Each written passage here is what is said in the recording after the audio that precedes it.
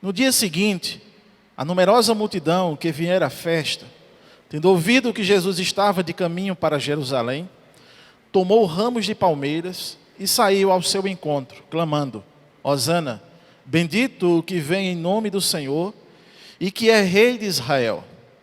E Jesus, tendo conseguido um jumentinho, montou, segundo está escrito: Não temas, filhas de Sião, eis que o teu rei aí vem, montado em um filho de jumenta.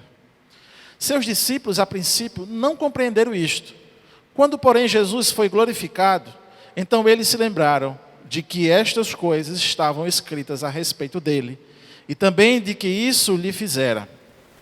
Dava, pois, testemunho disto a multidão que estivera com ele, quando chamara a Lázaro do túmulo e levantara dentre os mortos. Por causa disso também a multidão lhe saiu ao encontro, pois ouviu que ele fizera este sinal.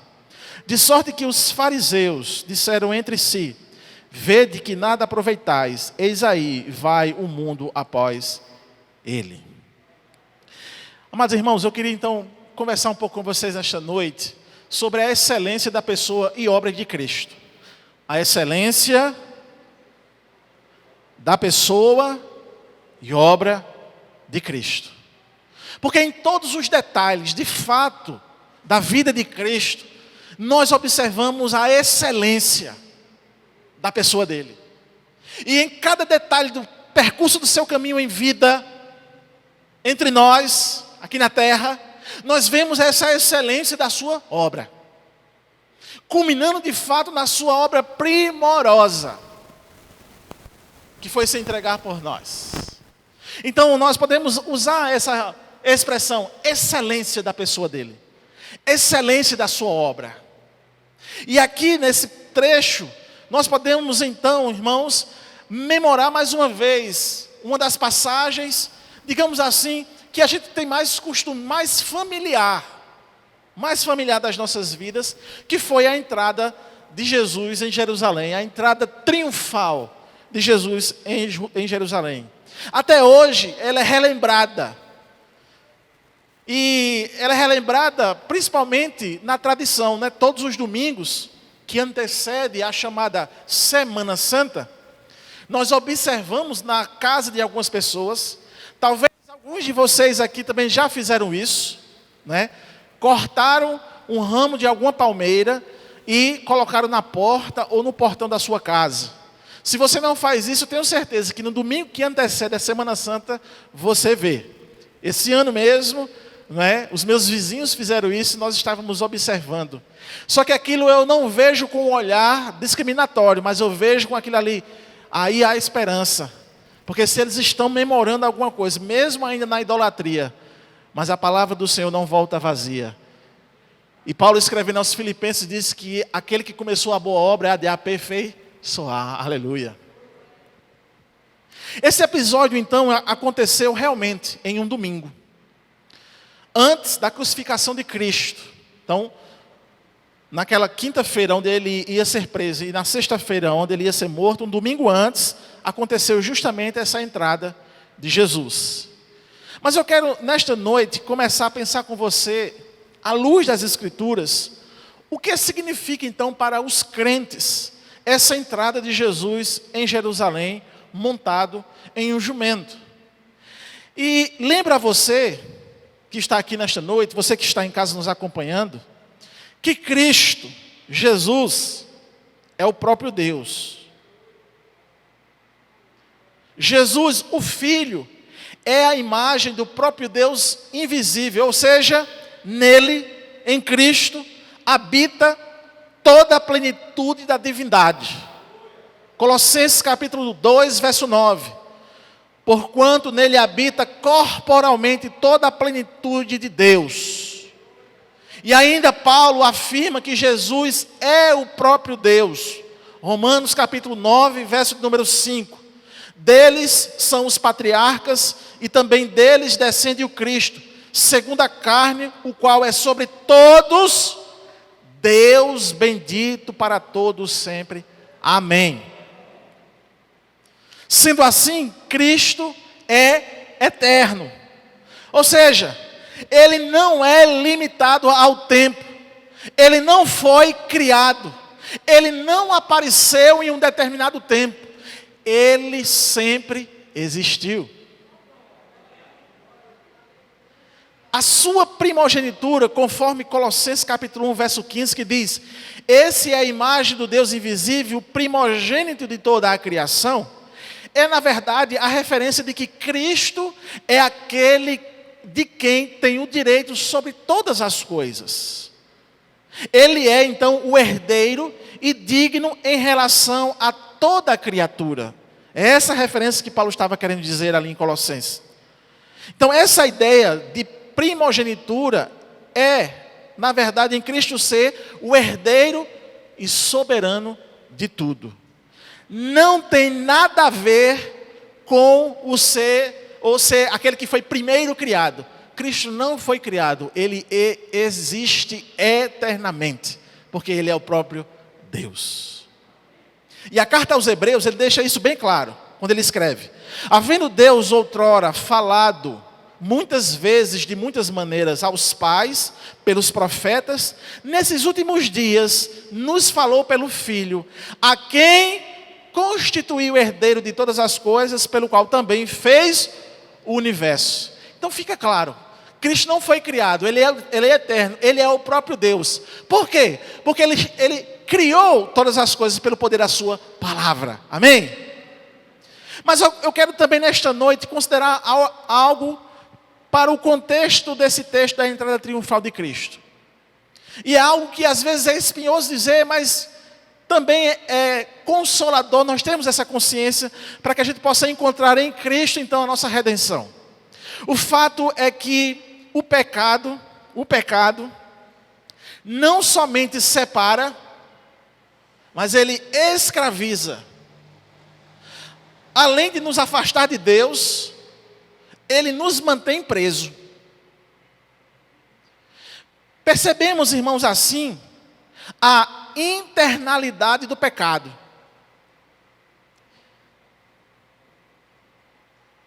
Mais do que uma atitude, o pecado é um hábito visível.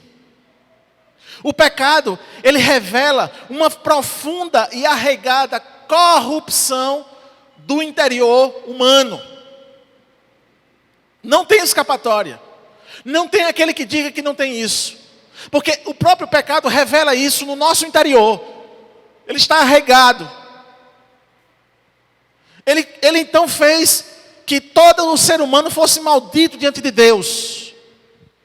Então, na verdade, os pecados que cometemos são manifestações exteriores e visíveis de uma enfermidade interior e invisível. São sintomas de uma doença moral. Esse é o pecado. Jesus, então, empregou uma metáfora para justamente explicar essa ideia de profundidade do pecado. Quando ele fala, então, da figueira e da videira, a árvore boa, a árvore má, e da saúde dessa árvore. Porque quando você olha para a figueira, as duas, a má e a boa, você vai ver duas figueiras. E duas figueiras frutíferas. Mas aquilo que você não vê, que é o pecado, está na raiz. Por isso que Jesus disse que ele é o machado, né? Que veio para cortar justamente aquilo que está escondido, aquilo que está no interior, o pecado. Aleluia. Da mesma forma, irmão, nós entendemos que a boca fala do que está cheio o nosso coração. Ou seja, o pecado que é interior, ele externeza. Não havia então, e não há, nenhuma forma, absolutamente nenhuma forma de sermos livres dessa maldição, dessa característica humana, desse estado pecaminoso. Não há e nunca vai existir nenhuma forma, a não ser a pessoa de Cristo Jesus. Você pode ir para qualquer caminho que você quiser. Você pode fazer as meditações e gastar rios de dinheiro para ir para o Oriente e fazer as meditações até chegar ao Nirvana. Você pode se converter a qualquer tipo de religião engendrada pela mente humana. Mas absolutamente nada disso vai fazer com que você seja livre do poder, do castigo, da prisão, do pecado. Somente Cristo Jesus. É singular mesmo, é absoluto mesmo. Não há outro, não há nenhum outro caminho. Aleluia. Não há vários caminhos para você ficar decidindo, só há um caminho. E veja, irmãos, que até nisso Cristo, Deus, manifesta a sua misericórdia. Ele não faz com que você vá para vários caminhos tentando interpretar qual é o caminho correto. Ele deu apenas um, é único, e é certeiro e é eficaz. Aleluia, que amor. Para tanto, irmãos, a entrada de Jesus em Jerusalém se pintou então como um quadro favorável para o testemunho de milhares de pessoas de que Jesus foi de forma voluntária e deliberada para o sacrifício. Vamos ler o texto de novo, verso 12 e verso 13. No dia seguinte, a numerosa multidão que viera à festa, tendo ouvido de Jesus, que Jesus estava de caminho para Jerusalém, tomou ramos de palmeiras e saiu ao seu encontro, clamando: Hosana, bendito que vem em nome do Senhor, que é Rei de Israel. Havia de fato em Jerusalém uma multidão que tinha afluído para lá por causa da grande festa que ia acontecer, a grande festa dos judeus, a Páscoa.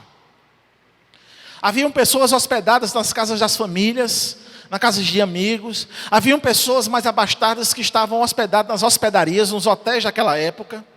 Mas, de fato, onde houvesse um judeu espalhado pelo mundo, eles afluíam uma vez por ano para Jerusalém, justamente para essa festa. Era costume do povo, ao celebrar alguma coisa também, quando havia alegria, quando havia algum contentamento, cortar ramos de palmeiras para agitarem, para demonstrar então essa alegria, esse contentamento com algum feito social. E a palmeira, justamente nesse momento, nesse aspecto, é uma planta, e aí o pastor Bosco já foi tantas vezes lá, sabe que a palmeira tem raízes profundas e busca a umidade, e as suas folhas, mesmo num momento árido ou num lugar árido, ela consegue ficar com as suas folhas verdes. E aí por isso cortavam as suas palmeiras. Sim, também. Então, amados irmãos, ela resiste a esse clima, então eles cortaram esses ramos para justamente celebrar. Era um costume que sempre havia, não só do povo judeu, mas outros povos também faziam. Mas era um costume para a multidão começar a ovacionar alguma coisa que alegrava o coração. Então, nesse momento, que Jesus então estava para entrar em Jerusalém, e a multidão estava saindo de Jerusalém, porque tinha ouvido falar que Jesus estava se aproximando, outra multidão que acompanhava ele, vindo de Betânia, porque ele acabara de ressuscitar Lázaro, que estava há 4 dias morto. Então já estava o disse-me-disse, as conversas, todo mundo afluindo, e era justamente um plano de Deus que as multidões nesse momento fossem todas para lá, para verem, para testemunharem o que estava para acontecer. Hosana, gritavam eles. Essa expressão que tem a ideia de um clamor, é o clamor assim, salva-nos, né, tem a ideia de um clamor, tinha essa conotação de implorar por algo. E aqui essas pessoas que gritavam sabiam que só Jesus podia salvá-los. É de fato a única esperança, o escape para o perdido pecador. Aquele que pode libertar verdadeiramente do cativeiro. E quem é que se encontra no cativeiro? Justamente as pessoas, o mundo, indivíduos.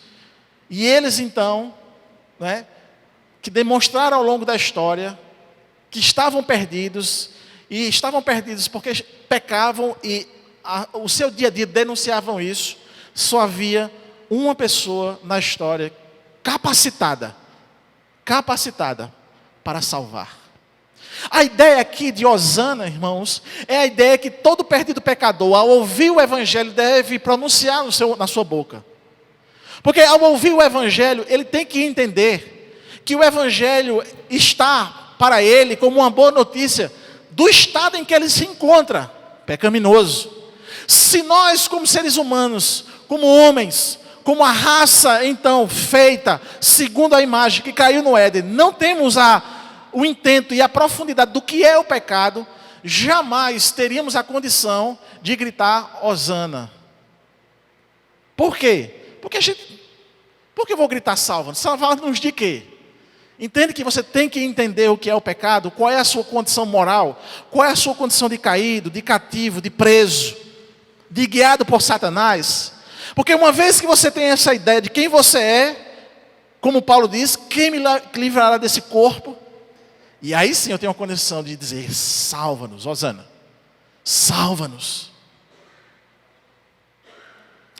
Agora, outra coisa que eu queria chamar a atenção também, nesta noite, é que constantemente estamos aqui falando e chamando a atenção para nunca apartarmos das Escrituras. E aqui nesse texto, nós temos o exemplo do próprio Cristo. Ele foi a pessoa que cumpriu e obedeceu a tudo que estava escrito, viu, irmãos? Preste atenção nisso. Cristo, o nosso exemplo, é também um exemplo de que ele cumpriu cabalmente todos os mandamentos das Escrituras. Jesus não fez um caminho, ele não fez algo pragmático, algo que ia dar certo. Ele cumpriu aquilo que estava designado por Deus Pai e estava escrito pelos santos profetas, naquele momento, as Escrituras do Antigo Testamento. É tanto que Jesus, quando ele vem, ele diz, diziam os teus pais, mas eu digo isso. O que é que ele estava fazendo? Ele estava corrigindo a falsa hermenêutica lá das escolas rabínicas. Ele estava corrigindo justamente a falsa interpretação de vários mestres que surgiram no período intertestamentário, quando Deus não mandou mais profetas. Então Jesus trazia o quê? De fato a interpretação correta. Por quê? Porque Jesus é esse exemplo de homem que cumpriu e obedeceu a todos os mandamentos de Deus. Era aquilo que estava escrito. Verso de número 14. E Jesus, tendo conseguido um jumentinho, montou, segundo está escrito. Não temas, filhas de Sião, eis que o teu rei aí vem, montado em um filho de jumenta. Seus discípulos, a princípio, não compreenderam isto. Quando, porém, Jesus foi glorificado, então, eles se lembraram de que estas coisas estavam escritas a respeito dele e também de que isso lhe fizeram. Não podia sair daquilo que estava profetizado. Não se podia dar um jeitinho, como eu disse a vocês. Porque aquilo que estava escrito era o que deveria acontecer. E aconteceu do mesmo jeito que os profetas tinham revelado e registrado como Escritura Sagrada. O texto era o que estava registrado no profeta Zacarias, capítulo número 9, verso de número 9, que diz assim no português: alegra-te muito, ó filha de Sião, exulta, ó filha de Jerusalém, eis que aí te vem o teu rei, justo e salvador, humilde, montado em jumento, um jumentinho, cria de jumenta. O interessante é que nos evangelhos sinóticos, fala-se da jumenta. E estavam os dois, a jumenta e o jumentinho. Até nesse detalhe, Jesus tinha que cumprir cabalmente as Escrituras. Ele é o nosso exemplo. A lição que nós tiramos daqui é de que, como igreja, eu e você devemos cumprir as Escrituras, os mandamentos. Não religiosidade, não coisas inventadas pela mente humana, mas aquilo que está escrito. Agora, eu acho a coisa interessante aqui, irmãos, A capacidade de Cristo, lógico, ela é uma capacidade muito maior, infindável, de comunhão com o próprio Deus. Mesmo Jesus homem. E aí por que eu estou dizendo isso? Porque os discípulos tiveram dificuldade de entender a palavra. Olha, os discípulos, irmãos, assim como a igreja, tinham ouvido as Escrituras, Jesus tinha ensinado as Escrituras, e eles não perceberam que aquele momento era um momento da passagem do profeta Zacarias. Eles vieram a entender depois, verso 16 diz justamente isso. Eles se lembraram quando Jesus foi glorificado. Isso quer dizer, irmãos, que ainda tem esperança para nós, quando nós não entendemos ou nós esquecemos de algum texto.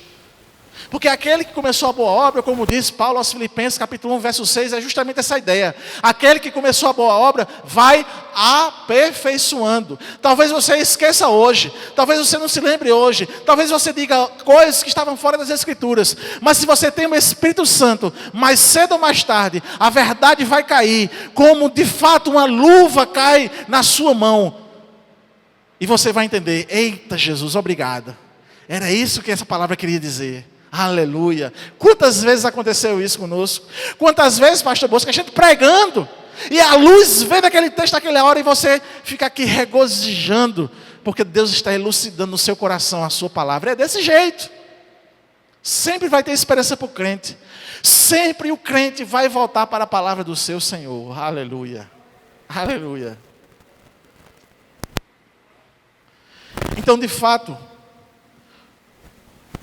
nós devemos então lembrar, irmãos, e lembremos que esse dia, o dia que Jesus entra, era o dia de domingo. E domingo esse, como eu disse a vocês, antecedia a crucificação, o sacrifício, que também tinha sido profetizado. Jesus cumprindo. Ele estava no domingo, ele ia pegar o jumentinho, o filho da jumenta, ele ia entrar em Jerusalém, tudo profetizado. Porque também estava profetizado que ele fosse crucificado. Isso quer dizer, irmãos, e traz outra ideia para nós como lição, é de que aquilo que está revelado nas Escrituras aconteceu, ou vai acontecer, ou está acontecendo. Não passa uma vírgula, uma linha, sem que aquilo que está na sua Bíblia e na sua mão, no seu smartphone, no seu tablet, no seu computador, vai acontecer. Daniel capítulo 9, verso 26. Depois das 72 semanas, será morto um ungido, e já não estará. E o povo de um príncipe que há de vir destruirá a cidade e o santuário. E o seu fim será dilúvio. E até ao fim haverá guerra, desolação são determinadas. O sacrifício de Cristo, profetizado por Daniel, aconteceu. Profetizado por Isaías, aconteceu. E por todos os outros profetas que registraram que o Emanuel, o Filho de Deus, ia ser sacrificado. Foi assim que aconteceu. Ipsis litre, o que estava registrado. Contanto, o que está registrado que ainda vai acontecer. Ipsis litre, aquilo que está registrado. Aleluia. Agora pensemos, irmãos. Pensemos. O quanto Jesus foi voluntário. Ele sendo Deus, tendo todo o poder, nada, absolutamente nada poderia impedir ele. Porque, imagine, pelo sopro da boca de Jesus, ele aniquilaria todo mundo ali. Quem estivesse em sua frente. Pense, Jesus ter que engolir a safadeza dos sacerdotes, a corrupção dos políticos, os falsos testemunhos, dizendo que ele estava querendo ser um revolucionário, querendo tomar o lugar de Pilatos, ou mesmo do imperador César. Imagine Jesus ter que ouvir injúrias, difamações, escárnios, e ele disse nada. Porque ele podia dar uma palavra e fulminar todo mundo. Ele de forma voluntária. Ele não foi coagido para isso, irmãos. Ele foi de forma voluntária. Ele estava cumprindo aquilo que Deus havia revelado. Você está entendendo, irmãos? Não é coação. Ele foi de forma voluntária. Isso nos traz uma lição. Você obedece às Escrituras voluntariamente. Ninguém coage você a fazer. Ninguém está com um revólver. Ninguém está te ameaçando por força de lei. Você cumpre voluntariamente. Deliberadamente. Amém. Se você não quiser, se você quiser ser entregue pelas suas paixões ou ficar pelas suas paixões, Deus não se intromete nisso. Mas se você quer obedecer, se você quer se entregar, se você quer se consagrar, aí a coisa muda. Aí a vida muda de patamar. Mas essa lição é muito interessante, porque de fato é voluntário. Ninguém está com a arma na sua cabeça. Aceite Jesus. É de forma voluntária. Então, irmãos, quero que você veja comigo essa coisa interessante também. Tudo que Jesus estava passando e ia passar, não poderia ficar ocultos, ou ter poucas testemunhas. Tudo estava planejado, tudo era um plano de Deus, para que houvesse o maior número possível de pessoas presentes. E os testemunhos já começou ali, na entrada de Jesus. Existia uma multidão em Jerusalém que estava já hospedado para a Páscoa, e via uma multidão que vinha de Betânia com ele. Então a multidão estava justamente já testemunhando tudo aquilo que estava profetizado e que Jesus ia de forma voluntária e deliberada cumprir para a glória de Deus. Aleluia. O espetáculo tinha que ter testemunhas. Não poderia chegar num momento de noite ali, não, mata Jesus aqui, enterra o corpo, pronto, está tudo resolvido. Não ia ter testemunha. Tinha que ser num lugar alto. Tinha que ter testemunha ocular. Amém? Glória a Deus por isso. Lembremos também, não é, que dentro dessa conjectura toda, Jesus estava cumprindo, ipsis literi, de fato, aquilo que estava sendo profetizado, o que tinha sido profetizado. Verso 17, 18, 19 diz assim: dava, pois, testemunho disto à multidão que estivera com ele, quando chamara Lázaro do túmulo e o levantara dentre os mortos. Por causa disso também, a multidão lhe saiu ao encontro, pois ouviu que lhe fizera este sinal. De sorte que os fariseus disseram entre si: vede que nada aproveitais, eis aí, vai o mundo após ele. Quem não crê, quem não tem o Espírito Santo, irmãos, presta atenção, ele não vai entender as Escrituras. Ele não vai entender o contexto da tua vida. Ele não vai entender o que está sendo estabelecido na tua vida. Certo dia eu estava conversando com os colegas no trabalho. E aí, você sabe que o mundo, ou várias pessoas têm conhecimento daquilo que Deus preconizou como a forma da obra dele ter mantimentos, ou permanecer, ou ser financiada. O que foi que ele então determinou? Ofertas voluntárias e o dízimo. Essa é a forma que Deus estabeleceu na eternidade para o mantimento da sua obra.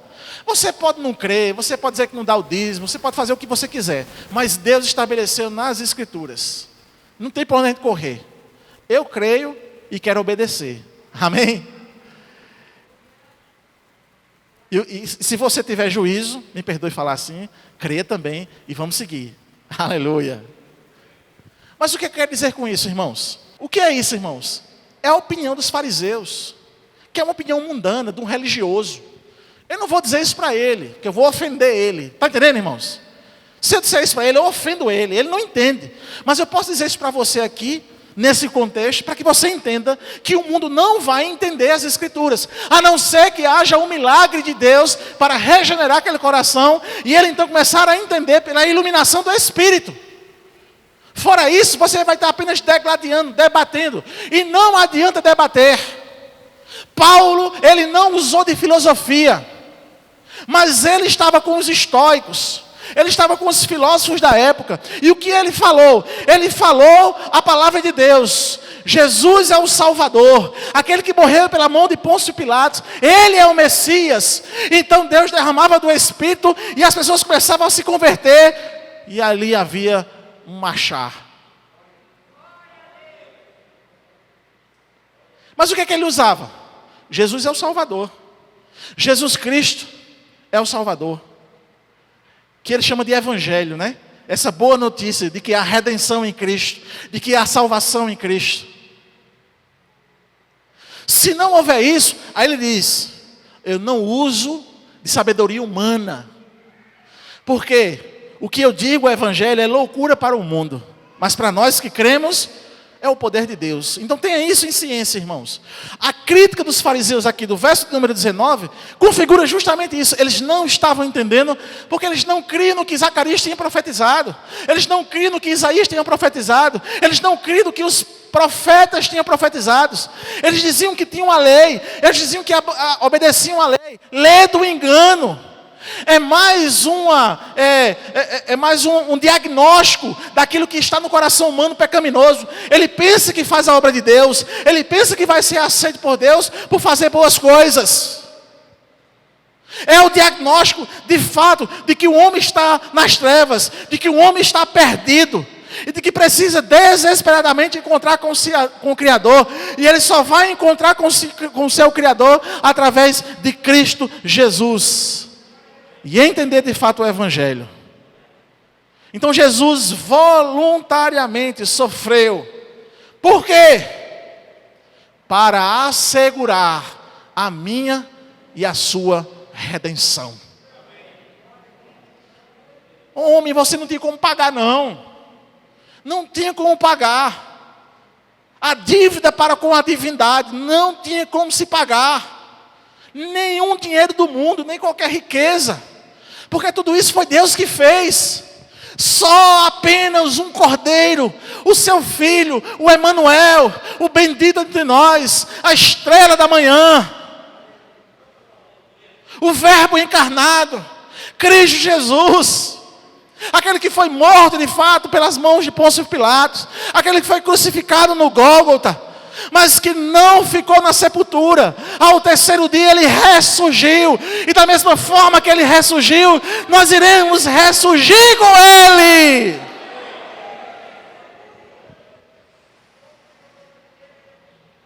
Aquele que é o primogênito, o ponto de referência, o agente, o alvo, o precursor, o mediador, o governante, Cristo. Esse é a criação. Na redenção ele é o cabeça do corpo, princípio e primogênito dos mortos. Ele é preeminente, ele é a primazia, ele é a excelência, ele é a distinção, ele é a superioridade, ele é a hegemonia, ele é a elevação, ele é a plenitude, aleluia. É Cristo, e ele está aqui no meio, diante de nós, percorrendo entre nós, no nosso coração. É esse Deus a qual nós servimos, é esse Deus a qual nós viemos esta noite, é Ele, Cristo Jesus.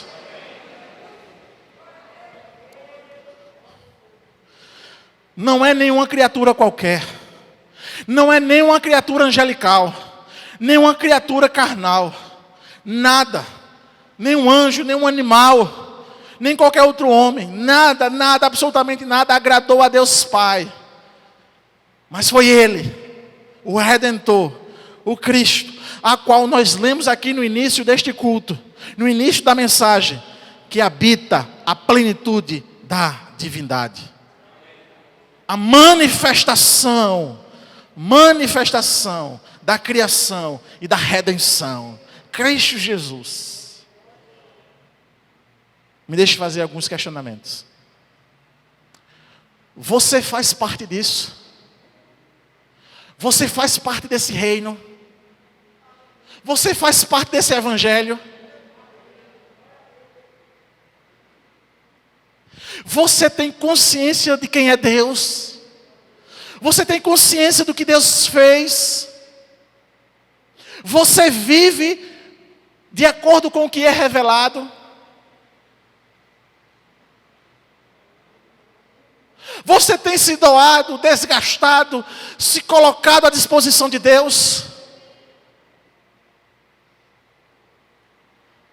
Não estamos aqui, irmãos, trabalhando meramente o comportamento e relacionamentos humanos. Nós estamos trabalhando aqui a redenção em Cristo Jesus, o evangelho puro e simples, que faz com que nós decaiamos todo o nosso eu, toda a soberba, toda a vaidade, tudo aquilo que incutimos no nosso coração como algo valioso, para nos entregar definitivamente a esse que é o autor e consumador da nossa fé, a esse que de forma voluntária e deliberada se entregou na cruz do Calvário. E porque eu estou nesse estado de letargia, de reclamação, de apontamento, foi Ele que me salvou, é Ele que me conduz na sua obra. Aleluia, aleluia. Renove, irmão, a aliança com Deus esta noite. Renova o teu compromisso com Deus esta noite. Deus tem falado isso com essa igreja. Compromisso, comprometa-se com Deus.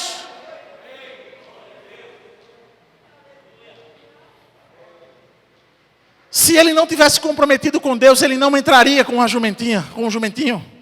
Se ele não tivesse comprometido com Deus, ele não levava aquelas bofetadas por nós. Se ele não tivesse comprometido com Deus, ele não tinha sido cuspido por causa de você. Se ele não tivesse comprometido com Deus, ele não tinha subido na cruz e derramado o seu sangue e sofrido as dores da crucificação. Mas ele cumpriu. E ele se comprometeu por Deus, com Deus. E agora ele nos dá essa chance de sermos da forma como ele foi.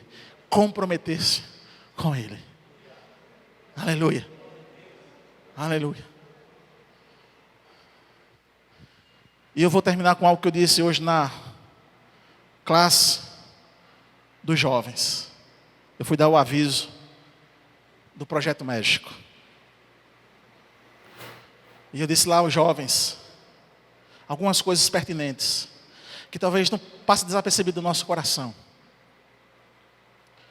O México é envolvido com o culto à morte. O souvenir lá que para os turistas é uma caveira, é um crânio. O México, ele tem trabalhos indígenas com animalismo.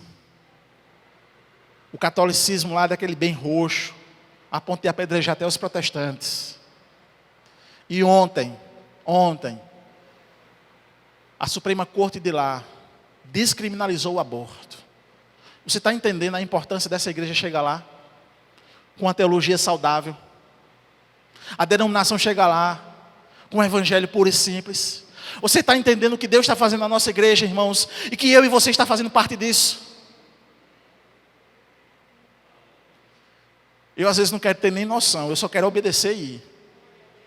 Porque quando a gente tem noção, a gente começa a querer chorar. Porque é pesado demais. Mas Deus deu nas nossas mãos.